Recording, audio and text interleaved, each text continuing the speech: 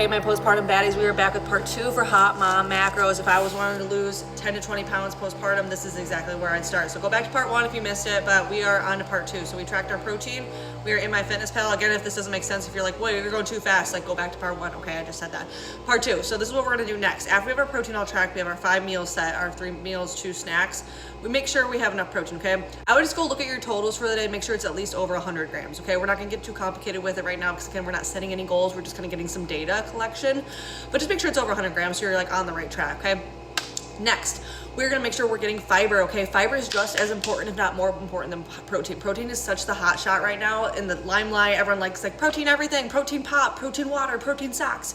But we need to make sure that we're getting fiber in too, okay? Because that keeps us regular, keeps us healthy, keeps things moving, all the things, okay? If you use this rule of thumb, if you increase your protein, you wanna increase your fiber, okay? So what we're gonna do is we're gonna go back to all those meals and we're gonna make sure we have a fiber source in each one, okay? And this is 2 parts. So it's going to be a fruit or vegetable plus like a whole grain carb source. So let's start with breakfast, for example. Me personally, I usually rotate between some kind of berry, raspberries, strawberries, or blueberries, or like the little clementine little cuties, okay?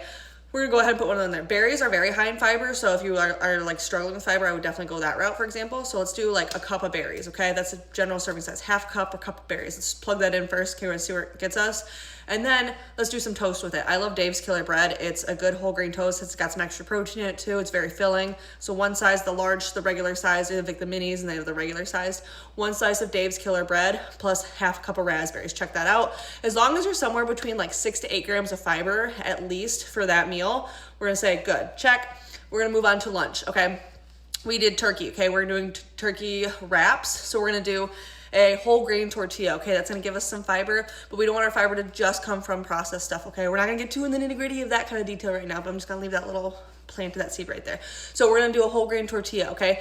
Now, what should we do for our side? How about we do like carrots? How about we do some bell peppers and some like hummus with it? So let's do some sliced up bell peppers, some baby carrots, and some cucumber, okay? Plug that all in. Again, check back, make sure with the tortilla and the veggies, you have somewhere between 6 to 8 grams of fiber, okay?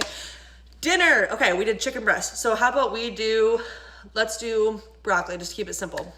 We'll do some roasted broccoli with our dinner and sweet potatoes. So I like doing sweet potatoes personally because sweet potatoes are high in fiber. They're very filling and they're very good, okay? So let's do sweet potatoes and broccoli. Let's do like half a cup of each, half a cup of broccoli and then like a small sweet potato. See where you land. You'll probably be good. You're probably more than 10 grams of fiber, honestly, at that meal.